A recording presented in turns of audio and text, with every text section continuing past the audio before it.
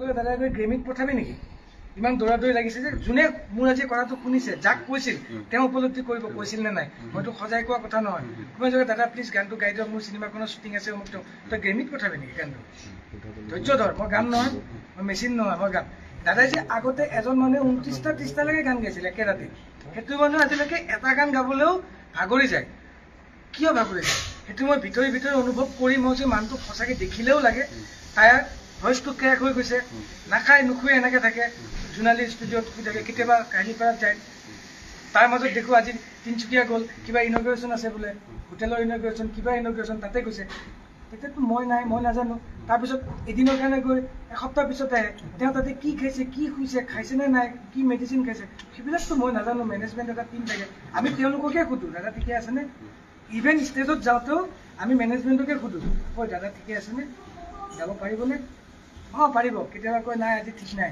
অলপ টায়াৰ্ড হৈ আছে সেইকাৰণে আপুনি অলপ চাব মই ষ্টেজত উঠিয়ে ভাবোঁ প্ৰথম গানটো অলপ ঢিলা গান হওক যাতে কষ্টটো এফৰ্টটো কৰোঁ দাদা তেতিয়া ধৰা গানটো গাই সদায় ভাল পায় মোক কয় কি এইটো গান গালে অলপ এক্সাৰচাইজ হৈ যায় ইমান চিঞৰিব নালাগে এইটো গান ওলাই দিবি পাৰিলে নহ'লে ৰ'দৰ চিঠি গানটো ওলাই দিবি এইকেইটা গালে মোৰ অলপ ৰিলেক্স হওক মই সদায় সেনেকৈ থাকোঁ চবেই কয় দাদাক অমুক গান ওলাই দিয়ক তমুক গান ওলাই দিয়ক মই সেইটো নকৰোঁ দাদা ৱাৰ্ম আপ হোৱাৰ পিছত কেতিয়াবা লৈ যায় ধুনীয়াকৈ কেতিয়াবা নোৱাৰে আপোনালোকে দেখিছে আই এম টায়াৰ্ড মই গাব নোৱাৰোঁ আজি গুচি যায় 3টা গান গাই গুচি যোৱা ৰেকৰ্ড আছে এটা গান নোগোৱায়ো আজি মোৰ গাব মন নাই বুলি কৈ গুচি যোৱা ৰেকৰ্ড আছে তেওঁ নিজৰ মৰ্জি মানুহ তেওঁ যে টায়াৰ্ড মই 1-1.5 বছৰৰ পৰা মই নহয় ষ্টুডিঅ'ত যোন গৈছিলে 1 বছৰ গান গোৱাবলৈ সকলোৱে কিন্তু চকুত উপলব্ধি হৈছে যে জুবিন দা সঁচাকৈ টায়াৰ্ড হৈ আছিল তেওঁ টায়াৰ্ড হৈ আছিল মানে ইমান টায়াৰ্ড দৰৱ মুখৰ পৰা আদি কৰি এনেধৰণৰ অনাকাংক্ষিত ঘটনা সম্পূৰ্ণ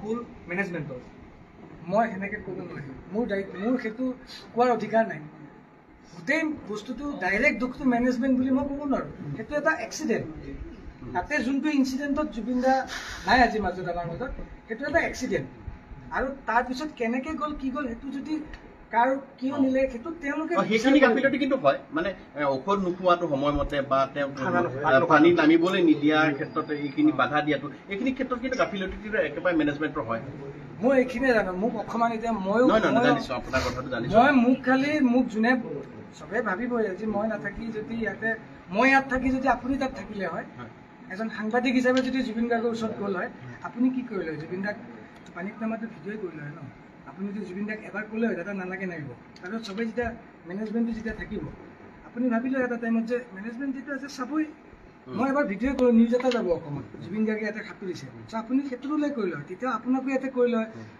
আপুনি ভিডিঅ' কৰি থাকিলে জুবিন গাৰ্গক মাৰি পেলালে মোৰো আজি চেম পৰিস্থিতি যে মই তাতে মিউজিচিয়ান হিচাপে গৈ চব যোনে য'ত আছে মই তাতে আছোঁ মই বচাবলৈ বা তেওঁৰ তাতে মৃত্যু হ'বলৈ তেওঁক ঠেলি দিয়া বুলি মই ভবা নাই নহয় বা মই তাতে দাদাৰ মৃত্যু হ'ব বুলি মই যোৱা নাই নহয় আমি তাতে এনজয় কৰিব গৈছে চবেই ময়ো তাতে গৈছোঁ তেওঁ তাতে যেতিয়া কৈছে যে দাদা জেকেট নিপিন্ধাকৈ গৈছে চাবি বুলি কওঁতে মই ধৰিলোঁ ন তাৰপিছত উঠাইছোঁ নহয় তাৰপিছত দায়িত্বখিনি তাৰ আগৰ দায়িত্বখিনি কোনে ল'ব লাগিছিল আপোনালোকে বিবেচনা কৰক মিছবিহেভ কৰিলোঁ হয় কাৰোবাৰ গান যদি মই ৰেকৰ্ড নকৰিলোঁ হয় দাদাৰ পইচা লৈ পেলাই মই দাদাক নক'লোঁ হয় তেওঁলোকে মোক দোষাৰোপ কৰক মই তাৰ উত্তৰ দিম বা মোক মাৰি পেলাম মোৰ দায়িত্ব এইখিনি আছিল বাকীখিনি দায়িত্ব মোৰ লগত আছিলে কোনোবাই পাতিছিল নেকি দাদা মোক যাব লাগিব আপোনাৰ শেষত আকৌ এবাৰ সুধিছোঁ স্ক্ৰীনশ্বটৰ কথাবোৰ এতিয়াওতো মিছা নহয় এইবোৰ সম্পূৰ্ণ সঁচা কথা মোৰ কাৰণে কোনোবাটো সঁচা বাকী আপোনালোকৰ কাৰণে বিবেচনা কৰি ইনভেষ্টিগেশ্যন কৰক যদি সঁচা হয় সঁচা হ'ব আপুনি জুবিনদাৰ এতিয়া সংগী আছিল এতিয়া জুবিনদাৰ তালৈ যাব নে কেতিয়া যাব চাবলৈ মই আহিয়ে যাব বিচাৰিছোঁ মোক যাব দিয়া নাই সকলোৱে ঘৰৰ মানুহে যাব দিয়া নাই আমাৰ মোকতো কোনো কোঅৰ্ডিনেটো কৰা নাই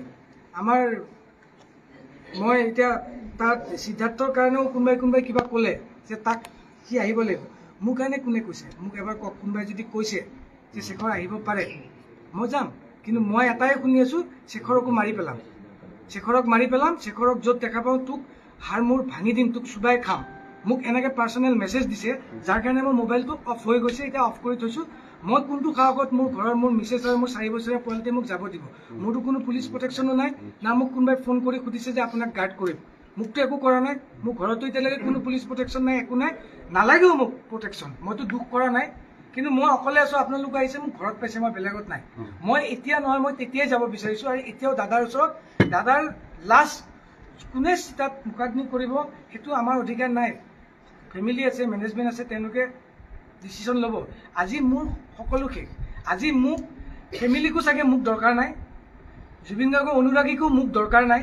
ইমান দিন শেখৰক দৰকাৰ হৈছিল জুবিন দাক গান গোৱাবৰ কাৰণে, জুবিন গাৰ্গক কোনোবা দিনা লগ ধৰিবৰ কাৰণে শেখৰক এবাৰ ফোন কৰিছিল, আজি ষ্টুডিঅ'ত যাব পাৰিম, দাদা আছে নেকি?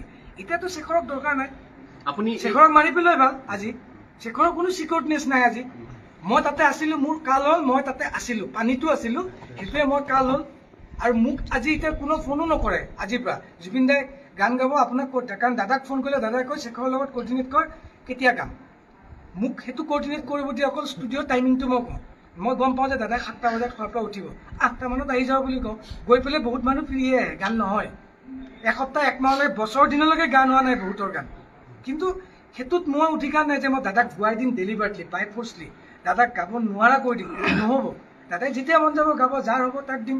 কিন্তু আজি মোক কোনো এতিয়া চবে কৈছে মাৰিম, তই আহিলে তোক দেখা পালে অসমত মাৰিম, কিন্তু মোক আজি দৰকাৰ নাই ন, ডেফিনেটলি দৰকাৰ নাই। এতিয়া তদন্ত যদি হয় তেনে তদন্তত আপুনি সম্পূৰ্ণ সহযোগিতা আগবঢ়াব। সম্পূৰ্ণ মানে যি লাগে, মই ক'ত যাব লাগে, মই যদি মাৰ খায়ো যাব লাগে, কোনোবাই যদি মাৰিব তুমি আহিবই লাগিব বুলি কয়, মই মাৰ খায়ো যাম।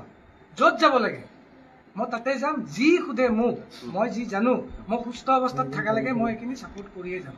মই তাত ছাপোৰ্ট নকৰিব লগা কোনো কথা নাই। কিয় মই ছাপোৰ্ট নকৰিম? আপুনি ছাপোৰ্ট নকৰিব নেকি? আজি এজন অসমৰ এজন মানুহে ছাপোৰ্ট কৰিব যদি যিখিনি জানে। কোনোবা এজনক যদি সোধা যায় জুবিন গাৰ্গৰ বিষয়ে কি জানো, লাষ্ট কেতিয়া লগ পাইছিলি, তেওঁৰ অনুভৱটো তেওঁ ক'বই।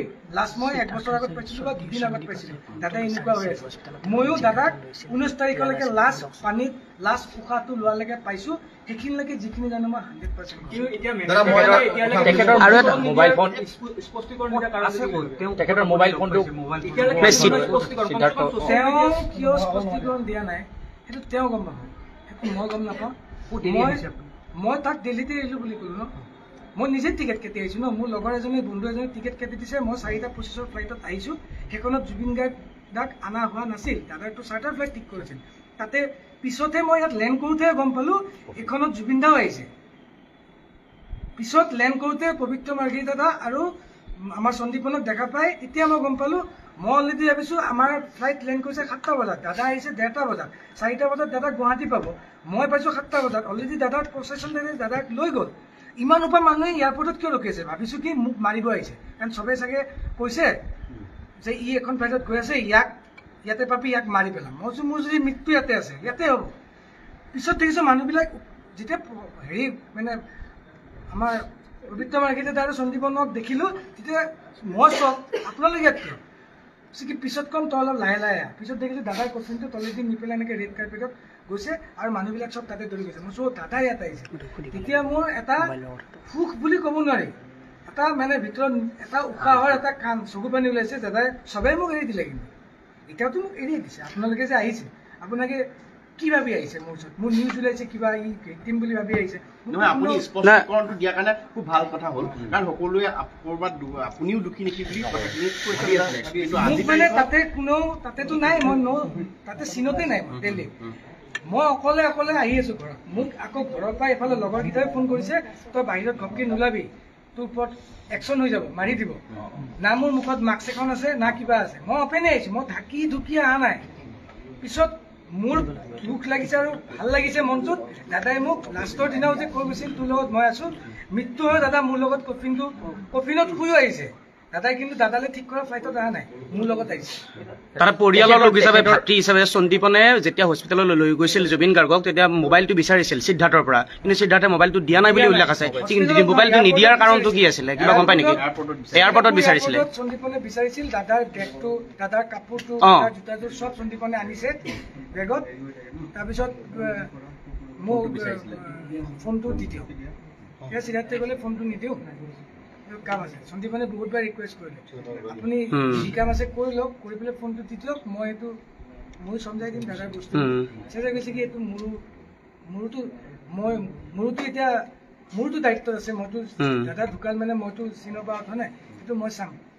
মোৰ সিহঁতে তাত কাকতি আনি নিদিয়ে দাদা আপোনালোকে যেতিয়া জুবিন গাৰ্গৰ লগত আছিল, জুবিন গাৰ্গৰ বিভিন্ন দিশ চোৱা চিতা কৰিছিল, তেতিয়া আপুনি কালি স্ক্ৰীনশ্বটত এটা কথা কৈছে, সিদ্ধাৰ্থে আপোনালোকক আপোনালোকে এইবাৰ আঁতৰি থাকক বুলি বিভিন্ন প্লেনিং বিলাক আৰে কৰে বুলি কৈছে। চপাটো বিচৰা নাছিল নেকি?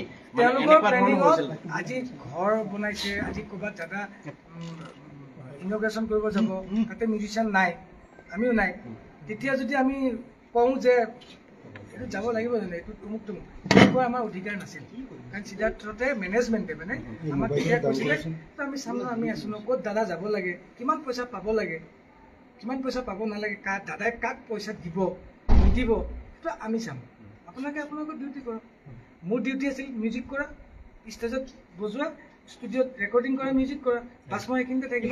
এনে যদি তদন্ত কৰে তেনেহলে হয়তো ক'ৰবাত টকা পইচাৰ হিচাপবোৰৰ পৰা আৰম্ভ কৰি নিশ্চয় বহুত কথা চাগে পোহৰলৈ আহিব। ডেফিনেটলি আহিব চাগে, যিখিনি কথা চাগে ময়ো নাজানো, মোৰ জানিব মন যায়। দাদাই ইমান বছৰ যে গান গালে, অসমৰ চবতছে ধনী শিল্পী বুলি কালি কোনোবাই কৈছিলে, বাহিৰত কৈছে ছিংগাপুৰত, ৰিচ ছিংগাৰ ইণ্ডিয়া। চ' এইজন মানুহৰ লাষ্ট তেওঁ ইমান এনেকে মানে উইক হৈ পেলাই কিয় থাকিব লগা হ'ল? তেওঁ ঘৰটো বনাবলৈ আমাৰ এটা মিউজিচিয়ানক সুধিলে, আপোনালোকে আমাৰ যদি বাকী কেইজন মিউজিচিয়ানক সোধে চবেই ক'ব ঘৰটো বনাবলৈ কিয় দাদাই ফিটা কাটিব যাব লগা হ'ল, দাদাই ঘৰটো বনাবলৈ কিয় প্ৰগ্ৰেম কৰিব যাব লগা হ'ল, দাদাৰ পইচা ইমানেই নোহোৱা হৈ গ'ল। আৰু মই প্লিজ বাকীখিনি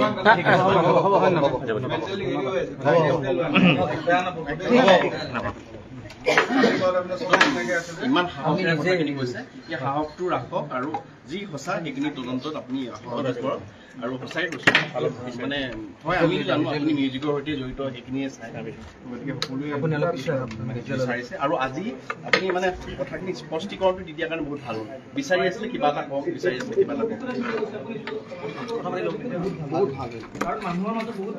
হেৰি বেয়া হেৰি এটা মই বিচাৰি আছো দিবলৈ, মইতো কাক দিম? মই লাইভ আজিলৈকে আহি পোৱা নাই, কাক মই লাইভ কিয় আহিম?